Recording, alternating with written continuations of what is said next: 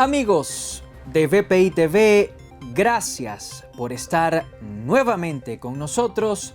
Sean todas y todos bienvenidos a una nueva entrega de ¿Qué pasa? De norte a sur, el programa de VPI TV dedicado al análisis internacional. Como de costumbre, se encuentra con ustedes Alejandro Linares Mendoza, periodista y analista internacional. Esta semana vamos a intentar tomarle el pulso al escenario electoral en Estados Unidos. Tanto Donald Trump como Joe Biden continúan sus respectivas carreras hacia la Casa Blanca. Trump, quien ocupó el despacho Oval entre 2016 y 2020, quiere regresar a esa oficina. El magnate pretende hacerlo con la intención de devolverle la grandeza a Estados Unidos. Por su parte, Joe Biden, quien triunfó en los comicios presidenciales de 2020, tiene en mente permanecer en el cargo. Biden, quien sirvió como senador y como vicepresidente antes de convertirse en primer mandatario, es sin duda alguna la cara visible de la continuidad. Aunque la elección presidencial está planificada para el martes 5 de noviembre, los sondeos que miden la intención de voto avisoran que ese día Estados Unidos vivirá una elección reñida. De acuerdo con el promedio nacional de encuestas que publica de manera diaria el sitio web Real Clear Politics, el expresidente Donald Trump aventaja a su rival Joe Biden por tan solo un punto porcentual. De hecho, según Real Clear Politics, el multimillonario tiene un apoyo de 46.2%, mientras que Biden cuenta con un respaldo de 45.2%.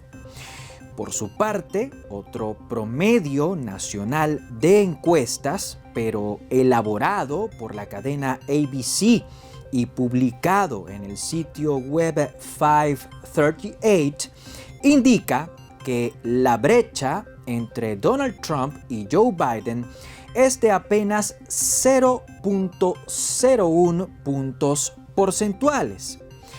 De acuerdo con ABC y con 538, la candidatura de Biden exhibe una aceptación de 40.8%, mientras que Trump está discretamente por detrás con 40.7%. A la luz de tales números, y salvo seña en contrario, es posible anticipar una votación con un resultado bastante ajustado. En otras palabras, las elecciones de noviembre, elecciones que tendrán una única vuelta, se definirán por un margen muy estrecho.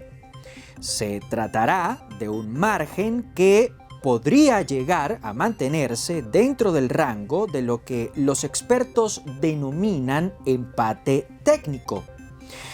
Por tal motivo, la pelea en los estados clave resultará decisiva. En la actualidad, tanto republicanos como demócratas buscan conquistar el voto de los ciudadanos en Arizona, Georgia, Nevada, Carolina del Norte, Virginia, Pensilvania, Michigan, Wisconsin y Minnesota. Se trata de 9 entidades en las que las preferencias no están bien definidas. Por ende, el resultado luego de la elección podría beneficiar a cualquiera de los dos partidos. Los demócratas y los republicanos también pelean para hacerse con la preferencia de los latinos. Aunque se trata de una comunidad que es considerada minoritaria, su peso en términos electorales es cada vez más importante. De hecho, se pronostica que este 2024, 17.5 millones de hispanos acudirán a las urnas para favorecer a Joe Biden o al expresidente Donald Trump. De momento, las encuestas reflejan que entre los latinos, Biden lleva la delantera con 59% de la intención de voto. Trump, por su parte, se encuentra más atrás con un favoritismo de 39%. A pesar de que las estimaciones se inclinan hacia el lado demócrata, los sondeos han revelado que el electorado hispano, que los votantes hispanos, han empezado a interesarse por temas que antes le importaban poco o muy poco. Así las cosas, y aunque las políticas migratorias siguen siendo de relevancia para los latinos, lo que sucede o pueda suceder en materia económica e incluso en materia de seguridad nacional empieza a ser del interés de los votantes hispanos. Según el estudio que realizó de manera reciente la organización Voto Latino, 52% de los hombres y mujeres que integran esa comunidad admitió que la inflación y el coste de la vida son los grandes temas que determinarán su voto. Entre tanto, un 28% de la población latina reconoció que la empleabilidad, es decir, la posibilidad de tener un trabajo digno, es el particular que más le importa y que condicionará su elección. Por ese motivo, hay latinos, sobre todo latinos jóvenes, latinos de corta edad, que empiezan a migrar hacia la derecha del espectro político estadounidense. Ese giro pudiese llegar a ser aprovechado por el expresidente Donald Trump, quien es evaluado por muchos electores hispanos como un mejor estratega económico. Vamos a trasladarnos de inmediato hasta el continente europeo. Hace semanas, Europa celebró las elecciones que le permitieron renovar a la Eurocámara, un órgano que también es conocido como Europarlamento. Los comicios se efectuaron de manera simultánea en las 27 naciones que integran la Unión Europea. Luego de la jornada electoral, una jornada que se desarrolló de forma continua durante 72 horas, el triunfo de los movimientos conservadores y de los partidos de extrema derecha fue indiscutible. En países como Francia y Alemania, dos estados que se encuentran gobernados por coaliciones moderadas, los ultraconservadores y ultranacionalistas experimentaron avances que remecieron la política local.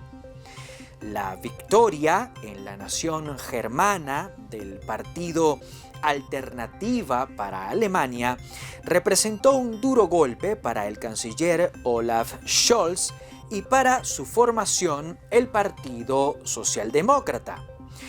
De hecho, el tercer lugar obtenido por socialdemócratas, junto a sus aliados del Partido Verde y del Partido Liberal, han sembrado dudas sobre la capacidad de maniobra del propio Scholz. Esa capacidad de maniobra será puesta a prueba dentro de muy poco cuando el Bundestag, el Parlamento de Alemania discuta el presupuesto del Estado para el año 2025. En el caso de Francia, la situación tras las elecciones europeas se tornó bastante más compleja. El resultado arrojado por los comicios favoreció a Reagrupamiento Nacional, una organización de extrema derecha que se encuentra dirigida por la lideresa Marine Le Pen. Según los números oficiales, Reagrupación Nacional o Reagrupamiento Nacional vapuleó a la alianza de partidos socialistas y liberales que se encuentran nucleados alrededor del presidente Emmanuel Macron. Ante tal realidad, el gobernante optó por disolver la Asamblea Nacional y además convocó a unas elecciones legislativas que se efectuarán de manera anticipada y cuya primera vuelta se desarrollará el 30 de este mes. Cuando quedan 3 días, tan solo 3 días para la primera fase de esa votación, distintos sondeos anticipan una avasallante victoria de Reagrupamiento Nacional. La primera encuesta, un estudio hecho por el Instituto ELAVE, sitúa la intención de voto a favor de los ultraderechistas en 36%. Si tal proyección llegase a cumplirse y si Reagrupamiento Nacional consolida una eventual alianza con el Partido Conservador francés, la derecha podría acumular entre 250 y 280 diputados.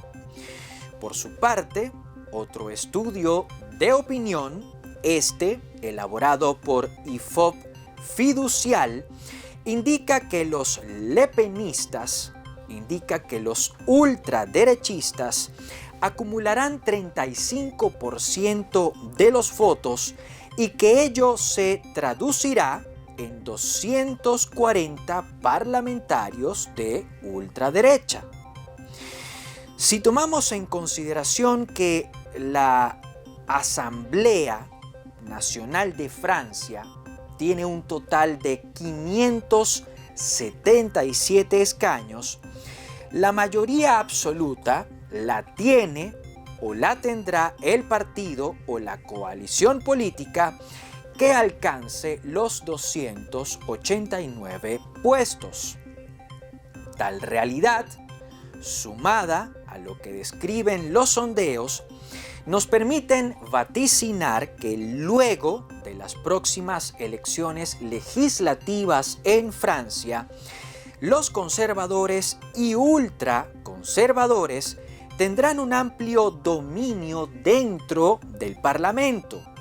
Su capacidad numérica no será la requerida para tener la mayoría absoluta, pero sí superará con creces los 150 o los 200 diputados que, a decir de las encuestas, acumulará el nuevo Frente Popular, la alianza de partidos de izquierda con la que el presidente Emmanuel Macron pretende dar la pelea.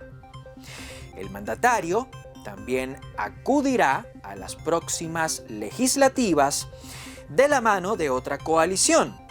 Se trata de Juntos, una sociedad que agrupa a 7 organizaciones políticas y que, según las estimaciones, podría totalizar entre 80 y 110 asambleístas. Para Macron, para el presidente francés, presidente que por cierto ha de gobernar hasta el año 2027, es perentorio que sus alianzas le permitan sumar el número de diputados que requerirá para tener dominio en el Parlamento. Hay que decir, sin embargo, que uno de esos conglomerados, el nuevo Frente Popular, llegará a la primera vuelta con un golpe en el ala.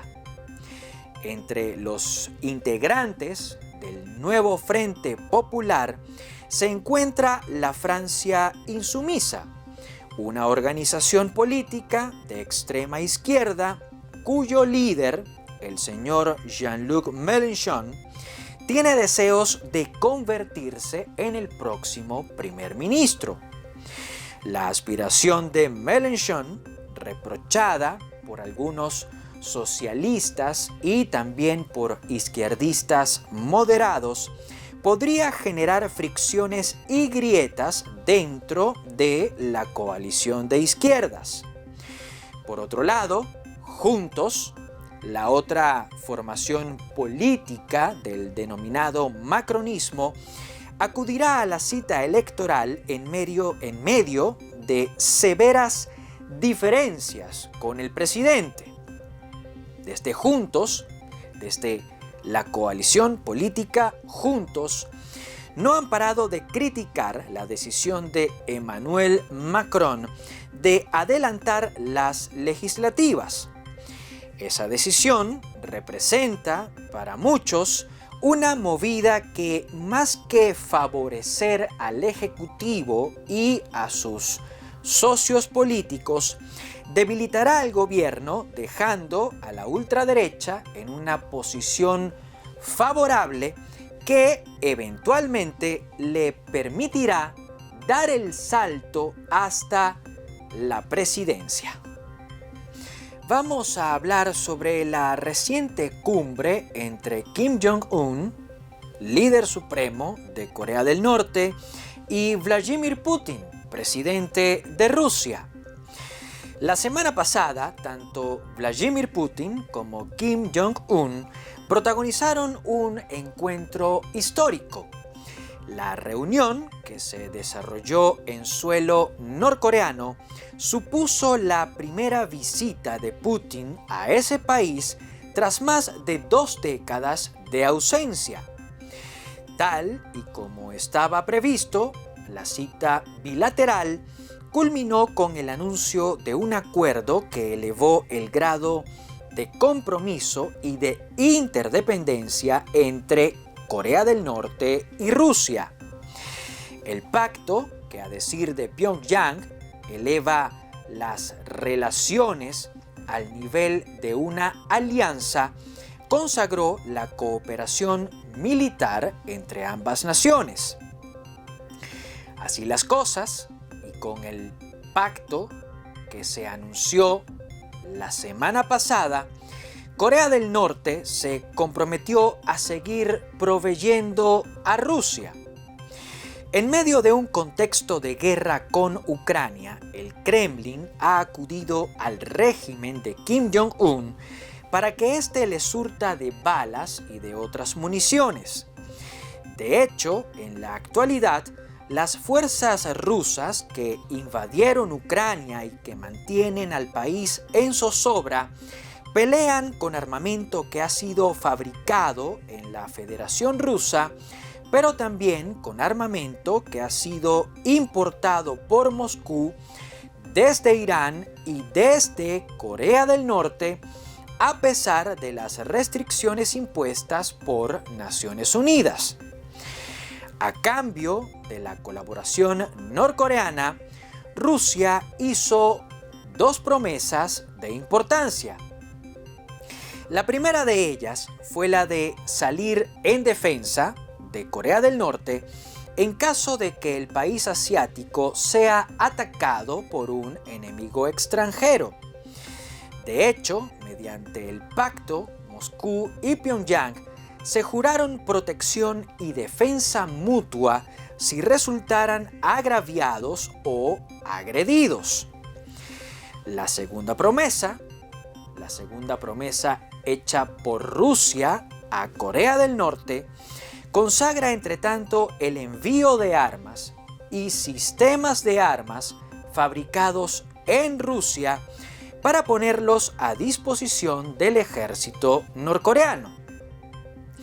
En otras palabras, y gracias a la firma del mencionado acuerdo, Rusia empezará a transferir parte de su tecnología militar a Corea del Norte, un país que, técnicamente hablando, se mantiene en guerra con Corea del Sur, pero que además es autor de un programa misilístico y nuclear que es observado con atención por potencias occidentales, entre ellas Estados Unidos.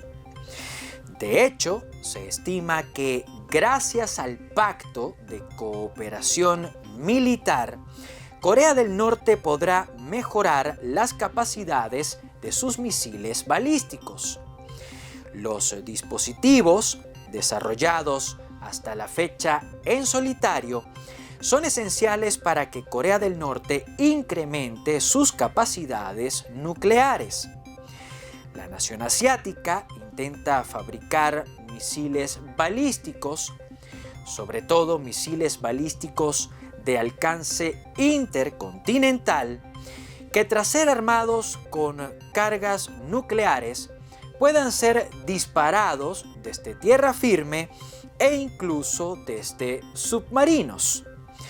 De acuerdo con las estimaciones, el régimen de Pyongyang también se verá beneficiado, pues Rusia empezará a transferir además sus conocimientos y su tecnología en materia aeroespacial. Con tal ayuda, Corea del Norte podrá desarrollar satélites espía que resultarán más eficaces y que gracias a la cooperación bilateral podrían estar incluso al servicio de Rusia. Al momento de justificar el acuerdo de asistencia militar, Vladimir Putin, el presidente Vladimir Putin, señaló que Estados Unidos y sus aliados de la OTAN han procedido de manera similar. Con su comentario, el jefe de Estado hizo referencia a la decisión mediante la cual Washington y sus socios en Europa autorizan a emplear armas occidentales en poder de Ucrania para perpetrar ataques limitados pero directos en territorio ruso. Vista desde esa perspectiva, la cooperación militar entre Rusia y Corea del Norte pareciera ser una medida disuasiva de parte de Moscú. De hecho, se podría pensar que Putin busca armar a Corea del Norte para elevar las amenazas de ese país contra Corea del Sur y contra Japón, dos naciones que se encuentran respaldadas por Estados Unidos. De ese modo, si Ucrania llegase a atacar a Rusia a través del uso de armas occidentales, Moscú podría responder admitiendo que Pyongyang ataque a Seúl o a Tokio mediante el empleo de armamento ruso. Con tal panorama como telón de fondo, China se mantiene expectante. Desde Pekín redujeron la importancia del acuerdo de cooperación militar entre Pyongyang y Moscú. En tal sentido, representantes del gobierno chino evaluaron el acuerdo como un asunto de índole bilateral sobre el cual no tenían que opinar. Sin embargo, se sabe que Xi Jinping, el actual presidente de China, está poco interesado en un conflicto que altere la paz y la estabilidad al noreste de Asia. Hasta la fecha, y sin retirar su respaldo a Kim Jong-un, el gobernante chino ha empleado su influencia para controlar la retórica y las posibles acciones bélicas de Corea del Norte. Dada esa circunstancia y tomando en consideración que la ayuda de Rusia podría envalentonar a Pyongyang, la cooperación militar acordada por Kim Jong-un y Vladimir Putin podría convertirse en un dolor de cabeza, en una verdadera molestia, una verdadera incomodidad para China y también para su gobierno. De esta manera, y con ese último comentario, vamos a finalizar nuestro programa. Hasta acá la presente entrega de ¿Qué pasa de norte a sur? El espacio que ha sido creado por VPI TV para el análisis internacional. Estuvo con ustedes Alejandro Linares Mendoza, periodista y analista internacional. Antes de finalizar esta emisión y con el permiso de todo el equipo técnico, con el permiso además de la producción, quisiera dedicar la emisión de hoy a la memoria de Frank Lewis Medina, uno de mis familiares más cercanos, una persona que hace muy poco, hace tan solo días, partió a su encuentro con el Señor. Ahora sí, vamos a ponerle punto final a nuestro programa por esta noche. Nos reencontraremos la semana que viene. Por lo pronto, les pido que se cuiden y que recuerden, por favor recuerden, que estar con ustedes siempre será un placer.